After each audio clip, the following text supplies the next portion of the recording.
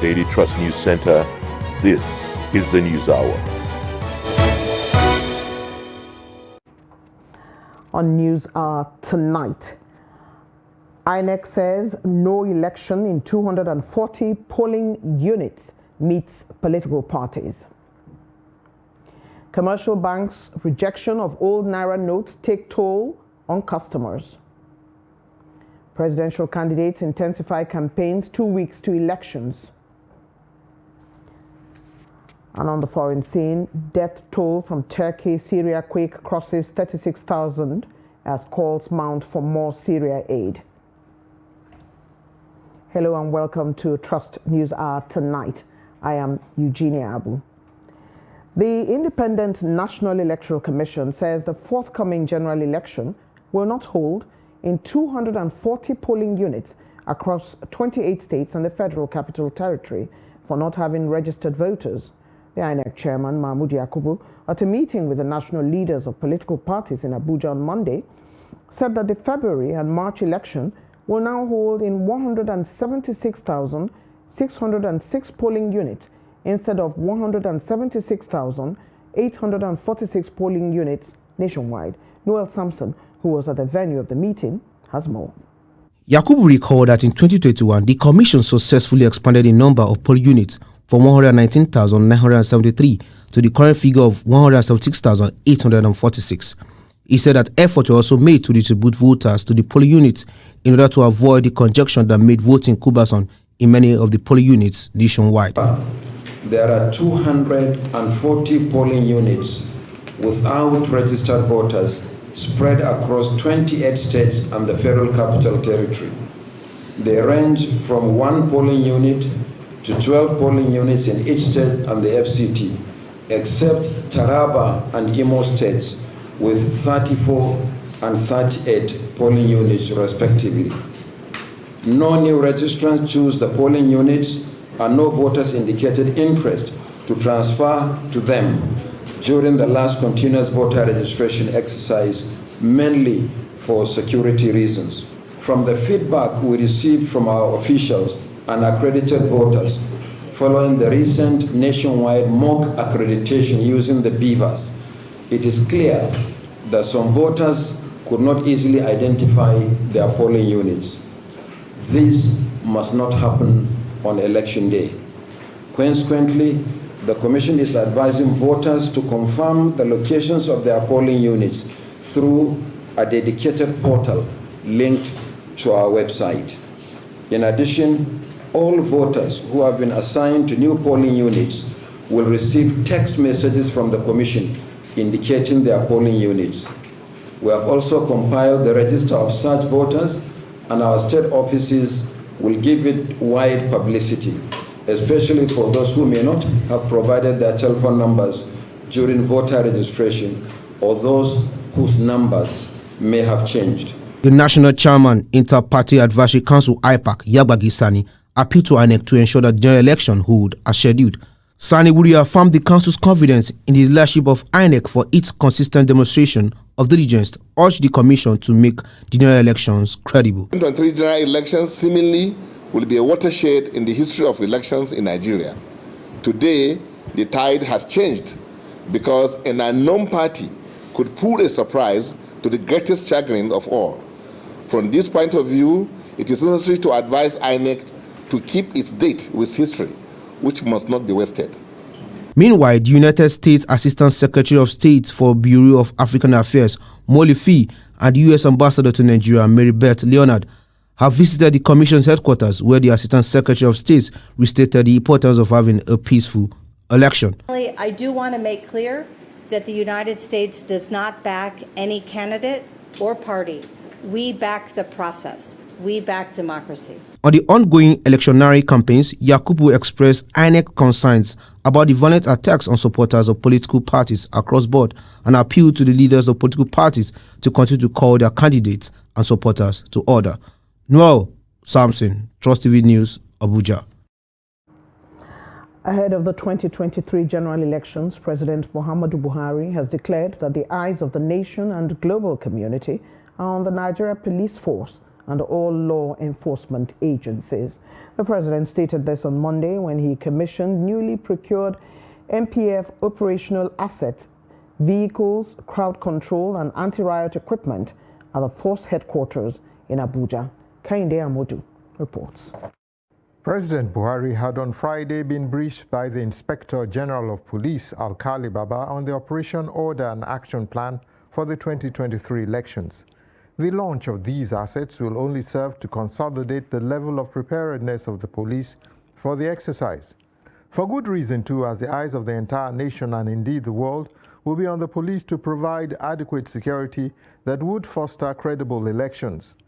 The acquisition of the assets being commissioned today was in furtherance to the broad plans of adequately and appropriately equipping the Nigerian police towards guaranteeing a stable internal security order and embracing peaceful, secure, and credible 2023 general elections.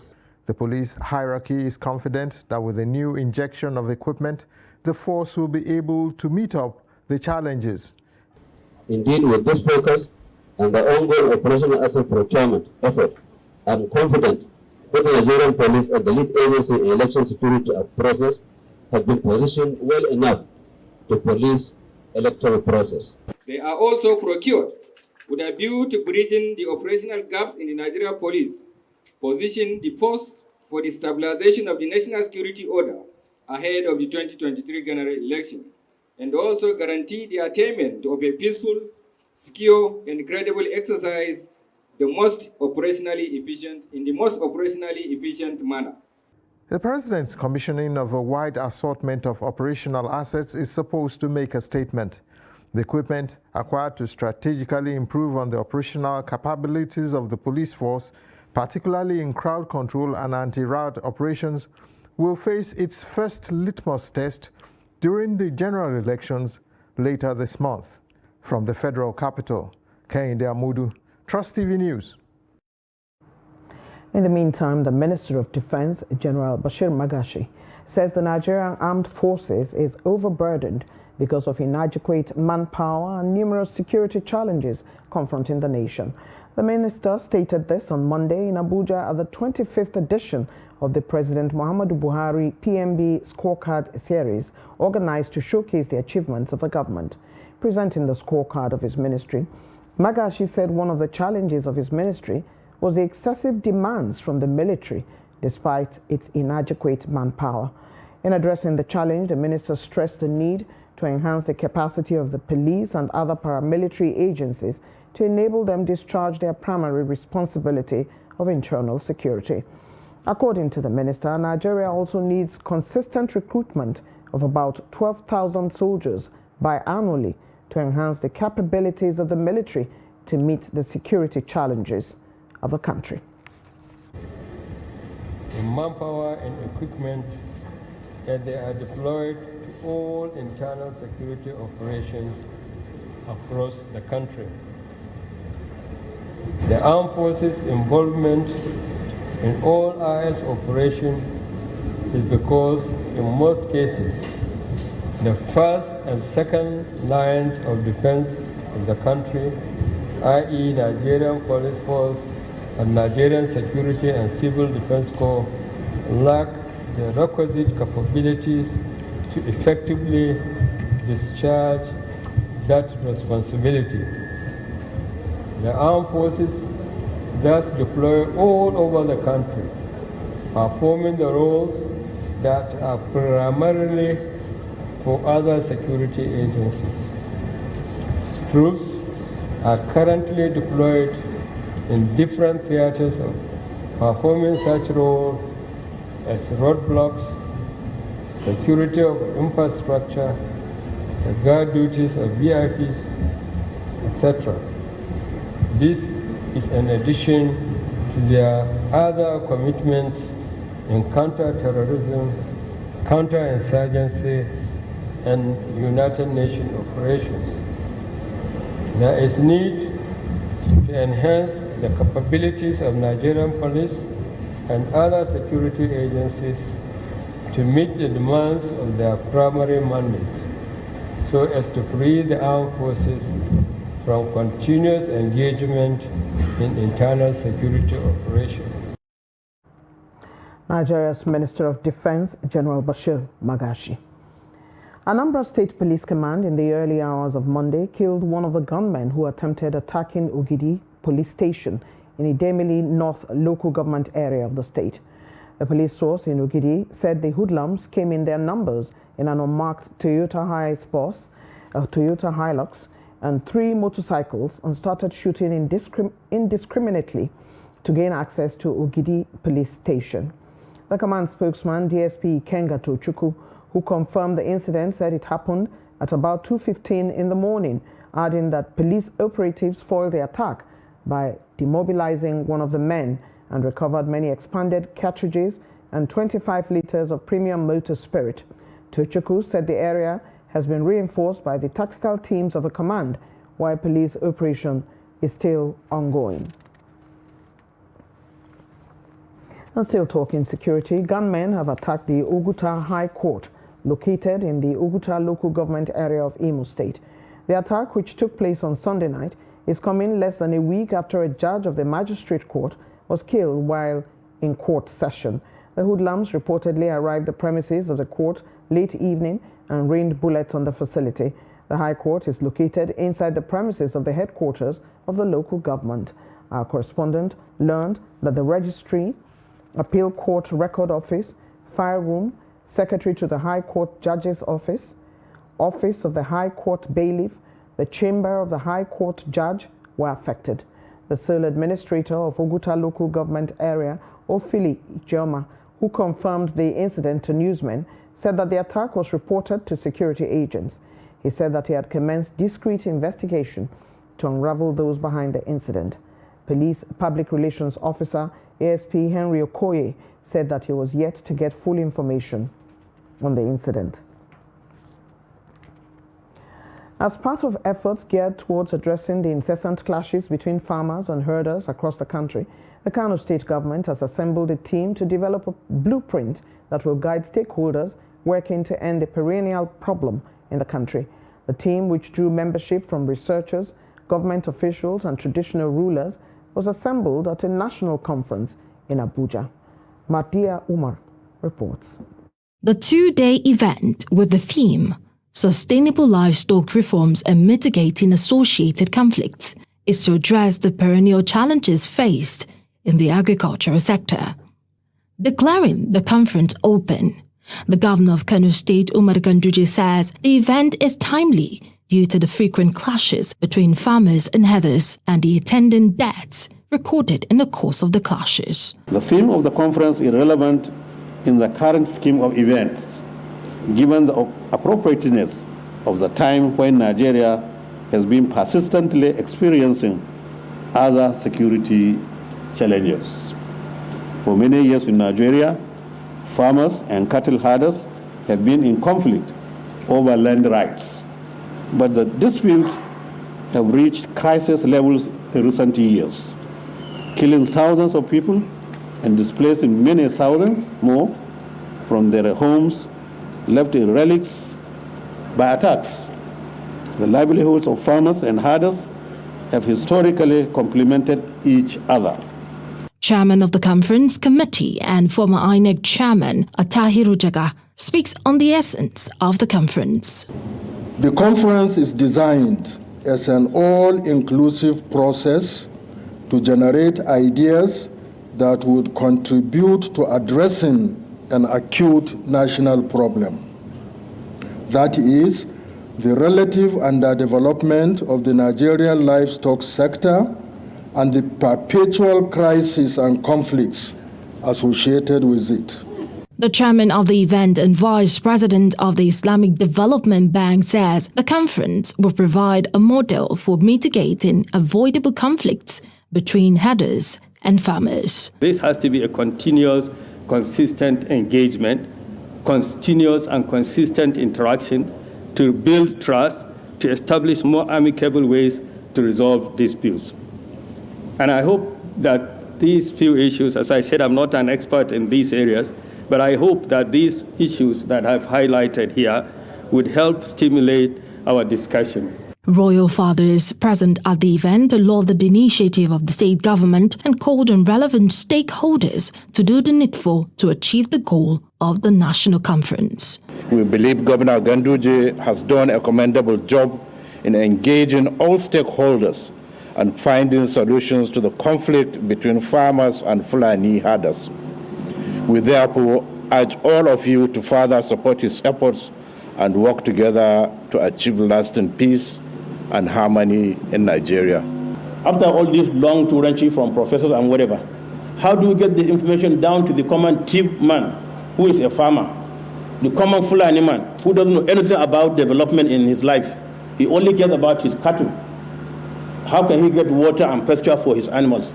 How do we get the outcome of this conference to them?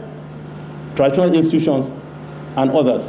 Let's see how we can use that. Goodwill messages were also delivered by the Nigerian Governors Forum, the Senate President, the Ministry of Agriculture, and the Commonwealth Veterinary Association. Markia Umar, Trust TV News, Abuja. There are indications that despite the Supreme Court stay of execution order on the use of the old Naira notes, banks and some filling stations are rejecting the old notes. The rejection, many believe, is predicated on the no clear-cut directive on the policy as the nation awaits the outcome of the Supreme Court decision on the 15th of February.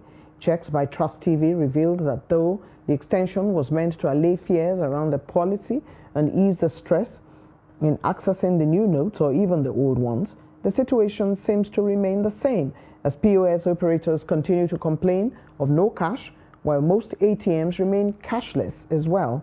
Residents are resorting to buying the currency from filling stations and even commercial motorcycles as some banks shut down branches over lack of cash and attacks from frustrated Nigerians. Abuja-based legal practitioner Mutiu Akinsonya speaks on the implications of this new development. Saying that deadline cannot stand until the 15th day, the 15th day of this month, when the motion of notice will be heard, and then the court will make the decision on whether there's going to be an extension or the deadline will then have an effect. It's sub judice. So every institution, every person out there must obey what the Supreme Court has said by continue to recognize the old notes as legal tender. So it's still a legal tender as far as we're concerned, because it's before the Supreme Court and the Supreme Court has spoken. So the CBN Act is also very clear that whatever is legal tender should not be rejected by anyone. So anybody who rejects a legal tender, a Naira or Kobo, as recognized by the CBN Act, is an offense that is punishable under the law. So because it is still a legal tender, recognized even by the CBN, and upon which the court has made a pronouncement, everybody, every citizen, institutions, and persons have a duty to obey and still recognize it as a legal tender. So anybody who is at this point refusing to recognize it is violating the law and can be punished in accordance with the provisions of the CBN Act. And what you must also understand is that looking at the CBN Act, the CBN Act also gives even the central bank a huge discretion when it comes to even recognizing legal tenders. And I'm sure the CBN, even in its magnanimity, will still give enough time to still call back this note. So it has even that discretion to, whichever way the Supreme Court judgment goes, to still say, oh, we still give people still that opportunity to still bring back the old notes. So the Act is clear that they have that discretion to do that.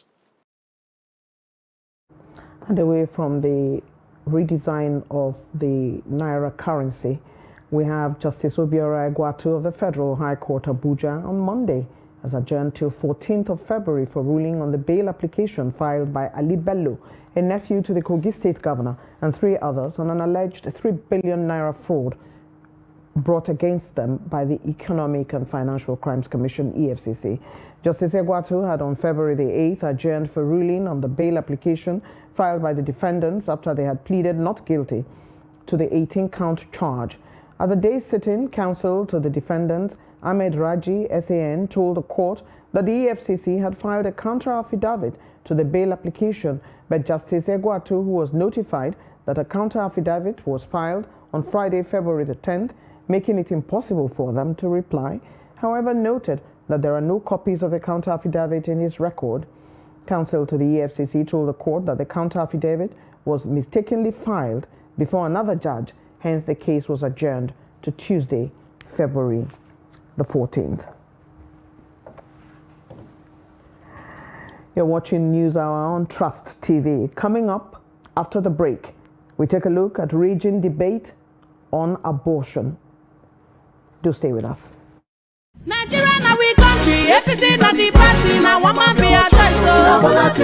At last, the elections are here. Let's turn out en masse on election day and vote Asiwaju Bola Tinubu as President of Nigeria for a renewed hope and a better Nigeria.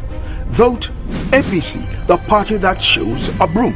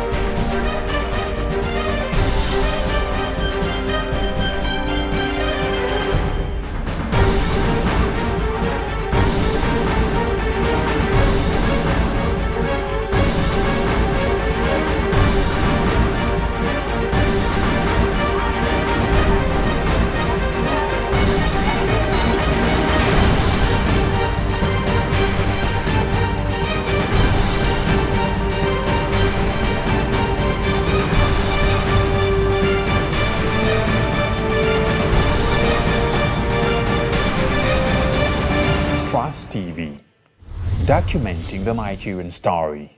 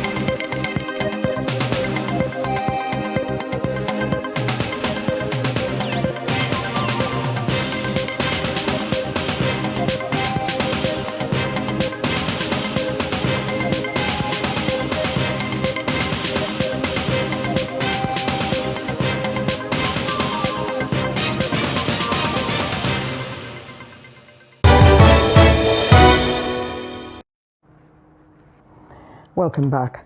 If you're just joining us, this is News Hour on Trust TV. A recap of our top stories.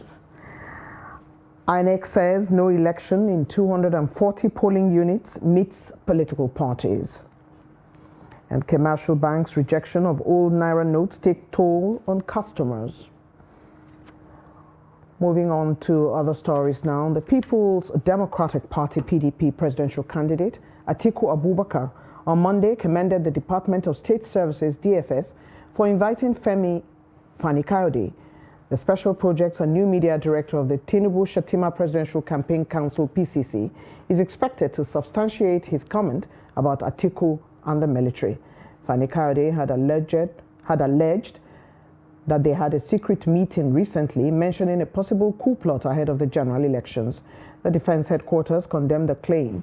A statement by Atiku's Special Assistant on Public Communications, Frank Shuaibu, called on the DSS to carry out a thorough probe.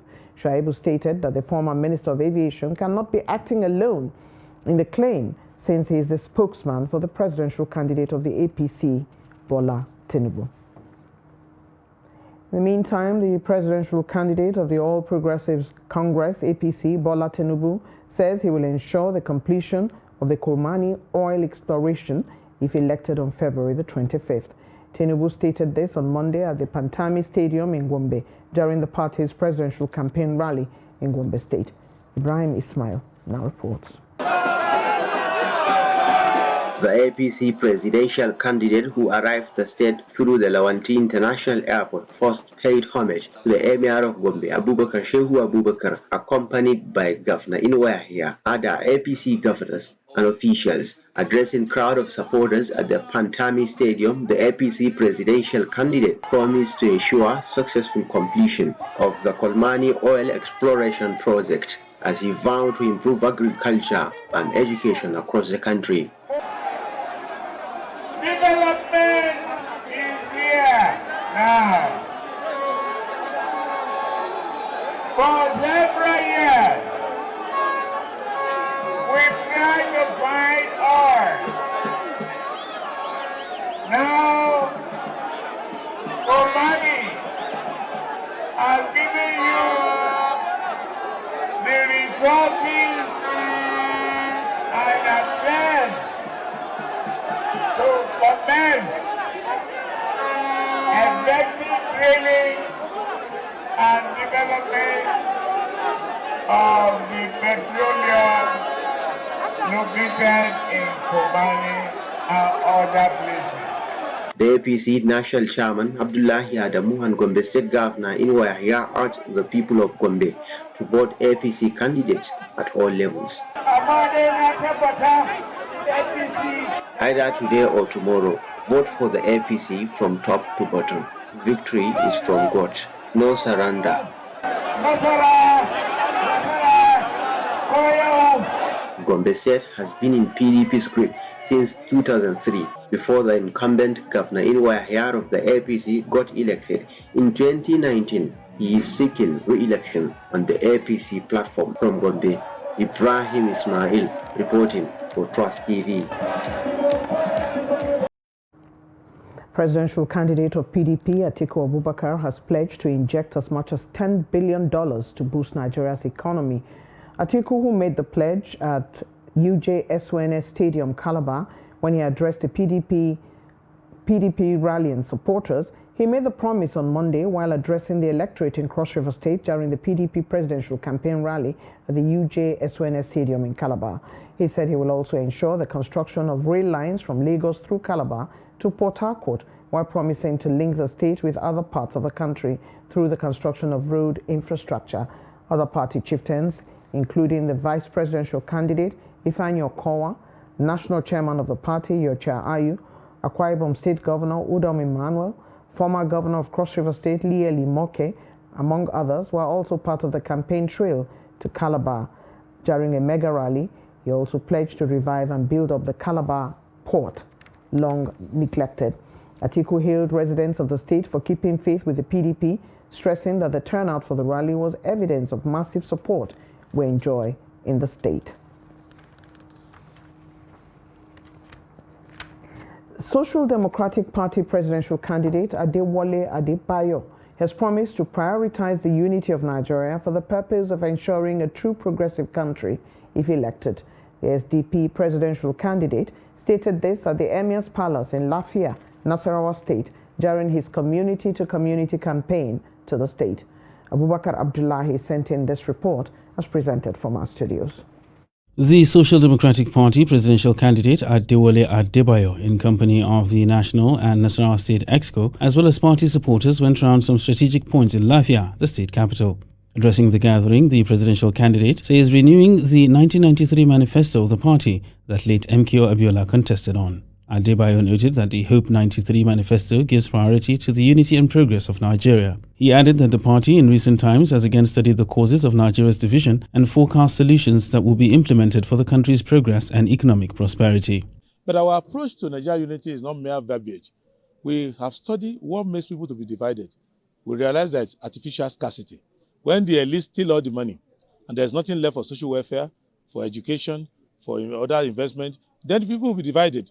When you are supposed to create 1 million spaces in federal government colleges, you only create 80,000 spaces. You are making children to compete. Then an 11-year-old is now thinking, oh, I'm from Borno, I'm from Anambra, I'm from Ondo.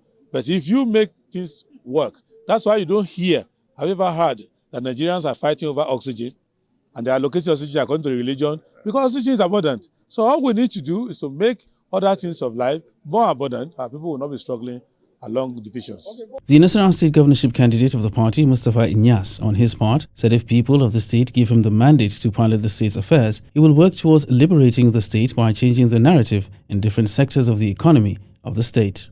What I intend to do for the people of Nasarawa State is to change the narration of education of Nasarawa State by declaring state of emergency in the primary education, pay the teachers of the primary school highest salary than any other person, build them houses and mortgage, also buy them cars, also buy them bikes and motorcycles in higher purchase.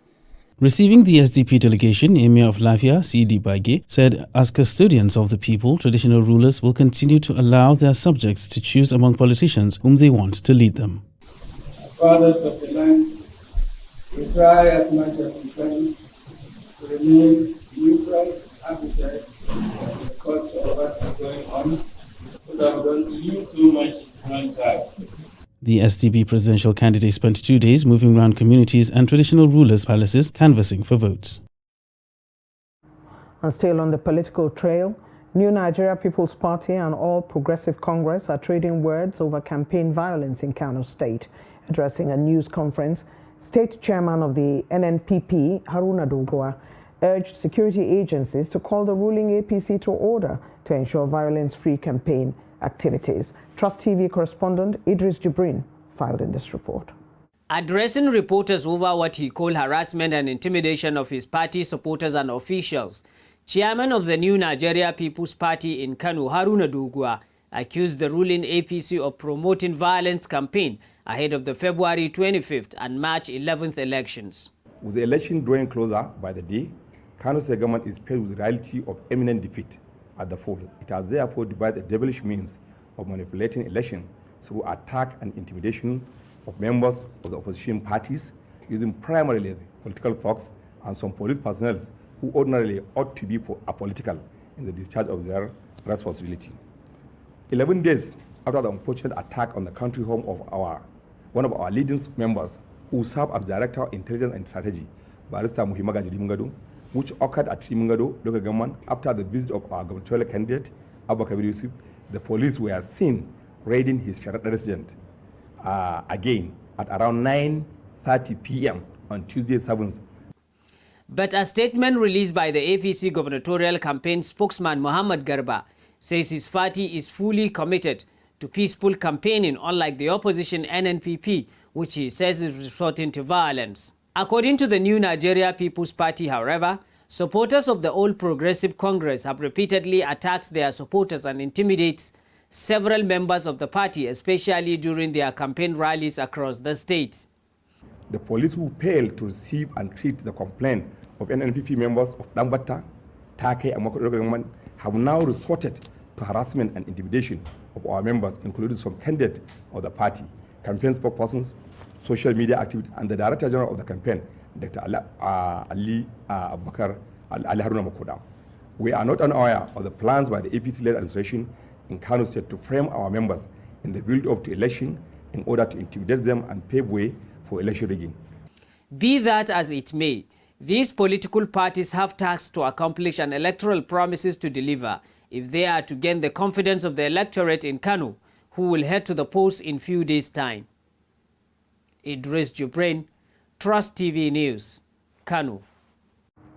In the meantime, the Presidential Campaign Council of Atiku Okowa in Rivers State has cancelled the rally scheduled for February the 14th, 2023. Senator Lee Meaba, who spoke on behalf of the campaign council in Port Harcourt on Monday, said the rally will no longer hold in Rivers because of security reasons. Meaba said the party's presidential candidate, Atiku Abubakar, informed the team that he does not want any bloodshed in Rivers State, hence the decision to cancel the rally. Recall that last week, chairman of PDP Presidential Campaign Council in Rivers, Abie Sekibo, was attacked in Port Harcourt.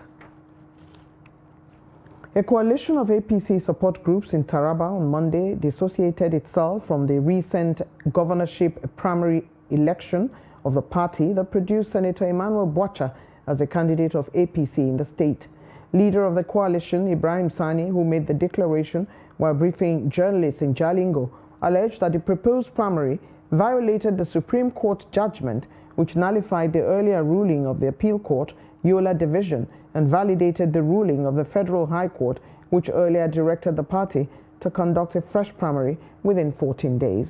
The coalition also decried the deployment of the military to conduct the primary, which they faulted, alleging that the intention was to intimidate law-abiding party members. The coalition, however, threatened to seek court redress if the party failed to address the lingering crisis. In the case between Chief David Sabo Kente versus All Progressive Congress APC and others, in the case number Supreme Court /CV/1565/2002, where in the judgment the Supreme Court disapproved the order of rerun which the lower court made. However, we are not aware of any National Working Committee's decision after the Supreme Court judgment that will warrant a rerun that produced Senator Emmanuel Boacha as gubernatorial candidate of the party. We are here to disassociate our humble selves from the kangaroo Congress said to have been conducted to elect the gubernatorial candidate for the party, in spite of all the boycott. About 100 anti-corruption civil society organizations with thousands of their members and supporters on Monday continued their protest against alleged infractions by the EFCC. The groups are specifically rallying against what they called politicization of the Economic and Financial Crimes Commission, disobedience of court orders, and infringement on human rights of Nigerians. Here's that report. Today's protest is the third since the top activists began their call for the removal of the EFCC chairman, Abdulrasheed Bawah. The anti-corruption civil society organization have insisted that EFCC under Bawah had turned himself into a sensational media agency, churning out deliberate misfortune on almost a daily basis to strengthen a political cause, adding that responsible civil society will not fold their arms and watch the country's global anti-corruption outlook slip into a mess, all in the name of the anti-democratic tendency of a few recalcitrant leaders. Speaking to journalists at the protest ground, the coordinator of Campaign Against Impunity in Nigeria, Shino Lori Mekon, speak on the need for all institutions to respect court orders. All arms of institutions must respect the court of law, even if it is a magistrate court. If you are not contented with it, you go to a superior court to challenge the order made. If a court of appeal has made an order, there are other higher courts to go. In fact, if the Supreme Court of Nigeria makes an order and you are not contented, there is ECOWAS court. Nigeria is a treaty to the ECOWAS Convention. Nigeria is a member of the United Nations, and there are United Nations courts. The International Criminal Court is here.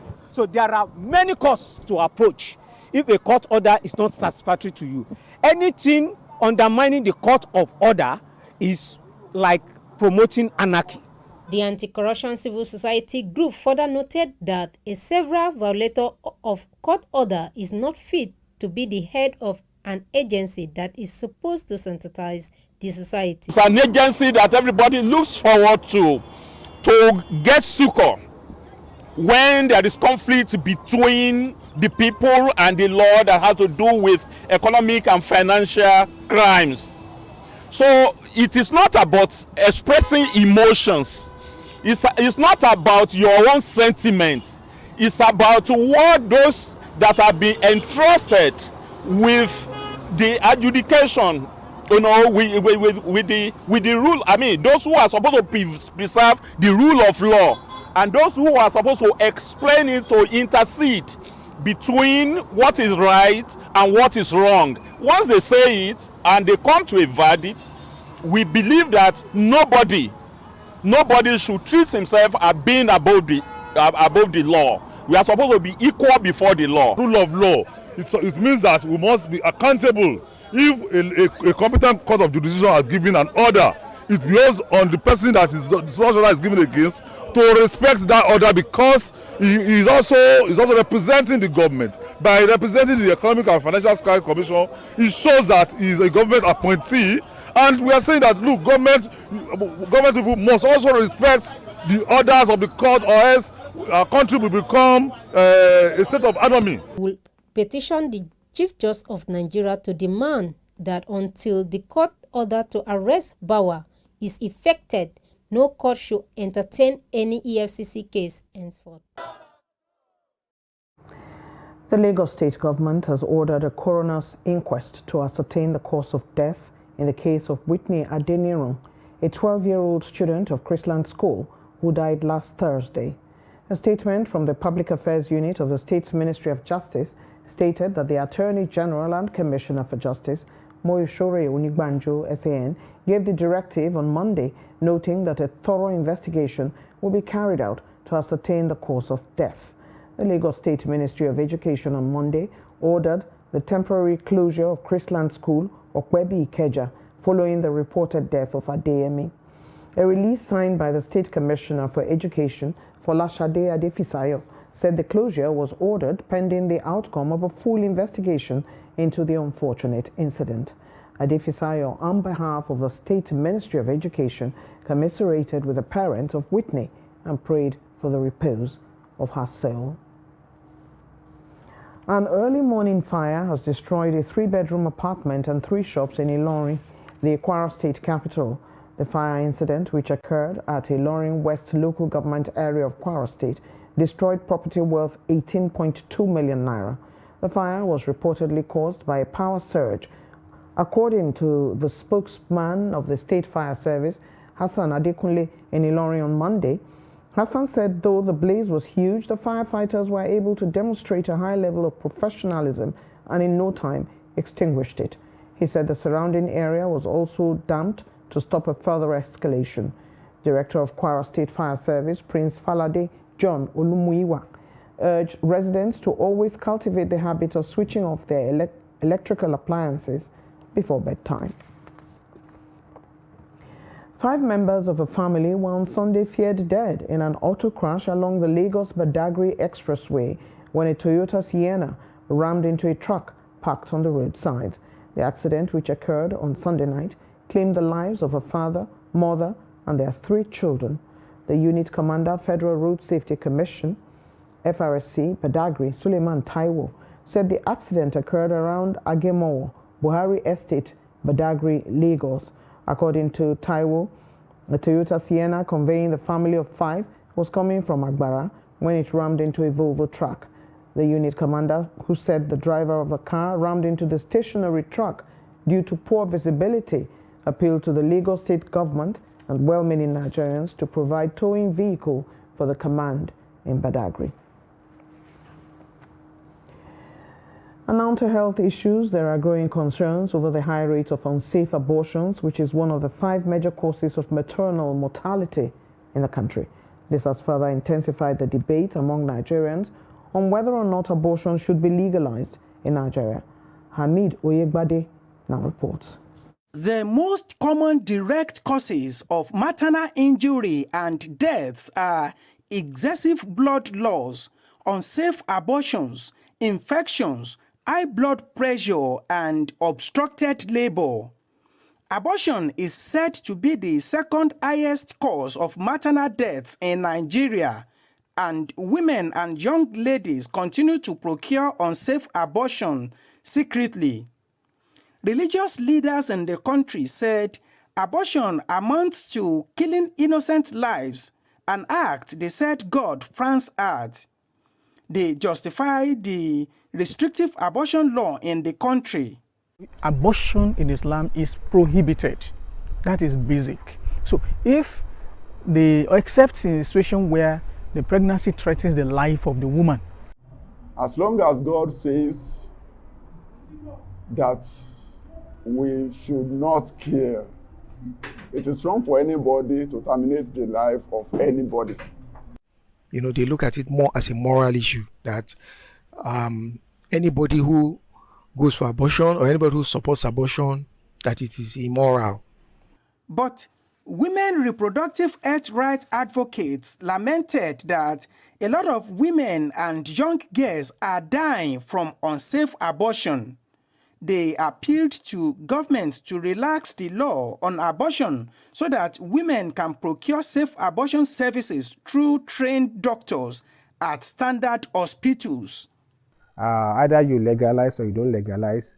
People go to corners to perform unsafe abortions in the hand of criminals parading as doctors. But if you're able to legalize abortion, that means you can freely access healthcare personnel that are versed in that act, so that you can have it without having complications. So I strongly advocate that we should legalize abortion, allow people to access it freely, so that they can have it in a safe way to avoid complications and death. Abortion is an healthcare service. If you realize that abortion is just like treating malaria, abortion is just like treating HIV, abortion is just like treating a patient with tuberculosis, then we can begin to understand the contents and begin to see how do we prevent death, unwanted death, unnecessary death from abortion in our society. The consensus among most Nigerians is that abortion is a medical issue and should be approached from the medical angle rather than moral or religious considerations. Amid Oyegbade, Trust TV News, Oshogbo. This is Trust News Hour. We will be back after this break. Stay. This is Trust TV, documenting the Nigerian story.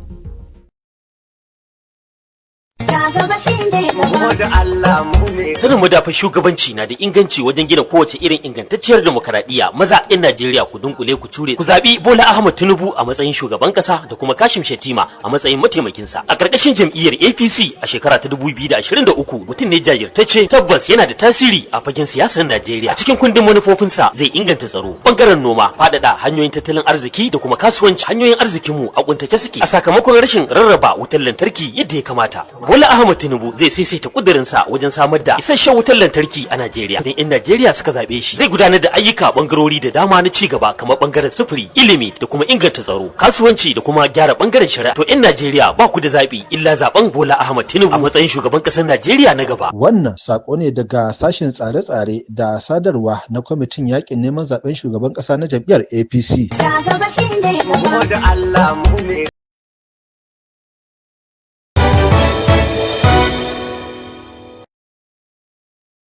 Thank you for rejoining us. The federal government says it is determined to ensure that every kobo spent is tracked and accounted for as part of efforts to strengthen transparent and institutional accountability in Nigeria. Minister of State, Budget and National Planning, Clem Agba, stated this at a dialogue to sensitize national and sub-national stakeholders on the importance of the national monitoring and evaluation policy embedded into women economic empowerment in Nigeria. Here's that report. Despite increased commitment and allocation to women economic empowerment programs as well as other projects and policies in Nigeria, there remains an existing gap among ministries, departments and agencies at federal and state levels implementing these programs without performance monitoring indicators and no scientific framework for assessment of performance for socioeconomic benefits to the people. We are not insisting that agencies must be created. The departments which are currently running the program or and the projects and performing the role of M&E should be given some level of independence for them to perform their responsibilities.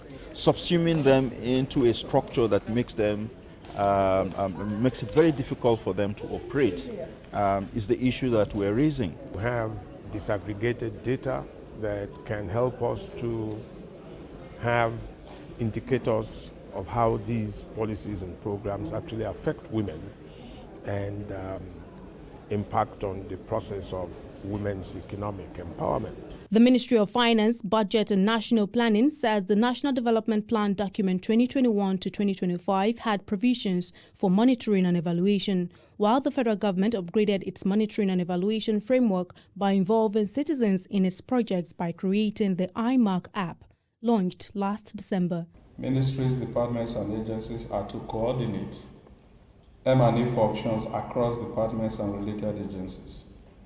Prepare a performance improvement plan based on the findings and recommendations of the monitoring report. They will prepare quarterly and biannual reports on the performance of the respective MDAs and submit such reports to the National M&E Department. Stakeholders are deliberating on strategies that will facilitate the acceptance and implementation of the National Monitoring and Evaluation Policy on Women's Economic Empowerment. We're ready to work with the government and other partners to strengthen data collection, especially disaggregated data, and other monitoring and evaluation activities to aid evidence-based decision-making. We talk about customer centrism, we talk about engaging, we talk about data centrism. It has both populations and especially women at the center. So it's a policy that I am happy to take back to the Federal Inland Revenue. The National Monitoring and Evaluation Policy launch is designed to provide a standardized monitoring and evaluation of projects to empower citizens to track the implementation of investments at the national and sub-national levels. Aisha Salihu, Trust TV News, Abuja. It's time now to join Chamun Dabeng for business news.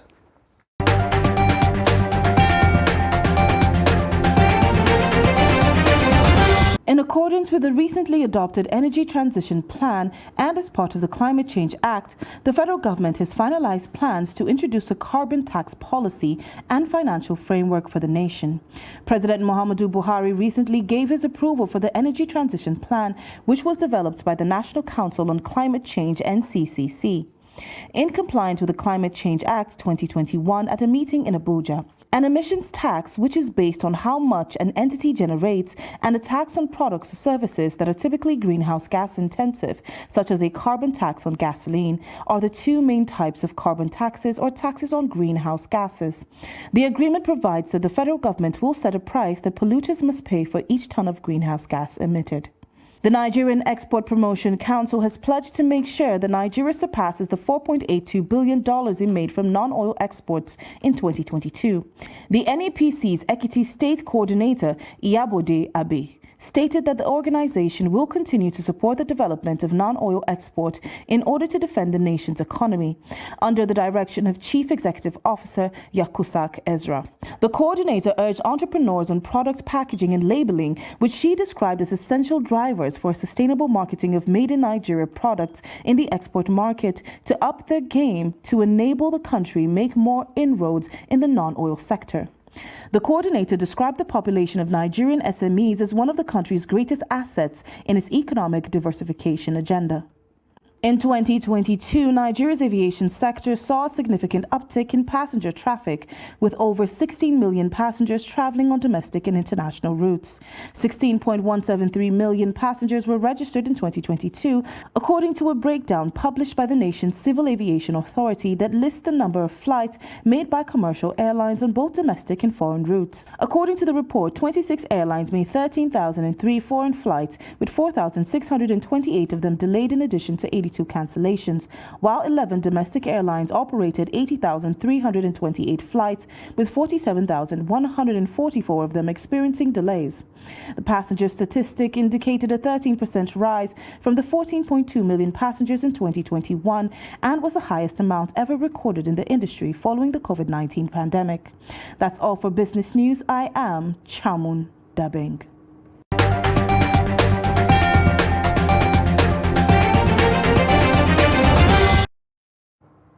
Thank you, Chamu. And now to foreign news. Rescuers continue to pull out more survivors from the rubble in Turkey and Syria as the death toll from last week's earthquake topped 36,000. The quake has killed at least 31,643 people in Turkey as of Monday and more than 4,500 in Syria. The United Nations says up to 5.3 million people in Syria may be homeless after the earthquakes. Nearly 900,000 people are in urgent need of hot food in Turkey and Syria. World Health Organization Director General Tedros Ghebreyesus stressed the need to take response to the next level to reach all populations who require support. Some survivors narrate their ordeal. It's heartbreaking, the damage and the impact on the people. And we have just come today with some supplies and look forward to continue to support. We provide initial treatment here. Then, depending on the patient's needs, we transfer them by ambulance to advanced hospitals. I broke the window, I jumped from there and got my wife and children out. Then I got my mother out. God bless this nation and the state. This is a difficult time. My aunt is under the rubble. My uncles and my friends too. There is no definition of this pain. I hope God will help everyone. My house is gone. I have nothing. But my children are alive, and I'm still alive. God bless them, we are given food and other aid. They have helped us a lot, but unfortunately we don't have toilets here. And I have recently undergone an operation, and the quake hit soon after. As a family, we want to live here. I lost my 2 sisters, brother and my mother in the quake. Most of my family is gone. Save us from here. We don't have anywhere to go. I don't know how we will get out of here. Tough times in Turkey and Syria after the earthquakes there. Time now for sports as we join Adeni Ajishafe for sports.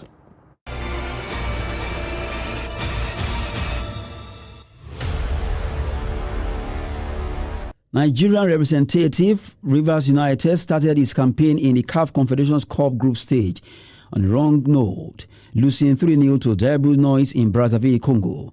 It was a tough start for the Pride of Rivers as they conceded 3 goals in the first half of the match.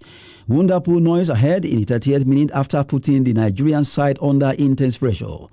Ngobe doubled the lead 3 minutes later before Masomo added the third in the 39th minute. Nigerian Professional Football League, the defending champion, improved in the game in the second half and got a penalty, but the home goalkeeper guessed right to stop Ibubeduru's penalty, and the game ended in favor of the Congolese team. Rivers United will play host to ASEC Mimosa of Cote d'Ivoire in their next Group B match in the CAF Confederations Cup. And in athletics, Nigerians favor Philip Breeze out of the blocks to smash her own record and set the world-leading and African record of 22.36 seconds to dominate at the Tyson Invitational in Fayetteville, Arkansas. The feat is the fastest time in the college ranks and the world so far in 2023. Favor, a junior, shaved a full 10 of a second off the old-school mark of 22.46 she set in 2022 while taking down Florida's Talita Diggs, who clocked a 22.61, and Kennedy Flanes, who placed third with a time of 23.05 seconds. Ophelia, a silver medalist in 400 meters at the 2019 African Games, ran 10.93 seconds in the 100 meters at the LSU Invitational in April 2022 in Baton Rouge, Los Angeles, to become the first female NCAA athlete to run sub 22 seconds and sub 11 seconds at 16. She represented Nigeria at the 2019 World Relays in Yokohama, Japan, in 4x100 meters and 4x400 meter relays. That's Sport News. I am Adeni Ajishafe.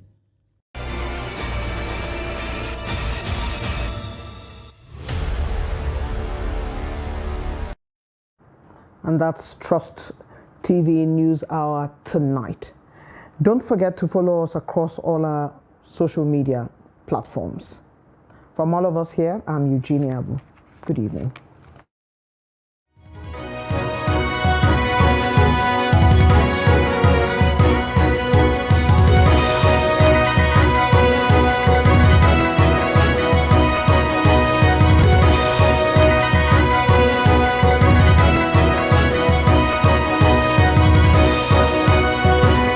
From the Daily Trust News Center, this is the News Hour.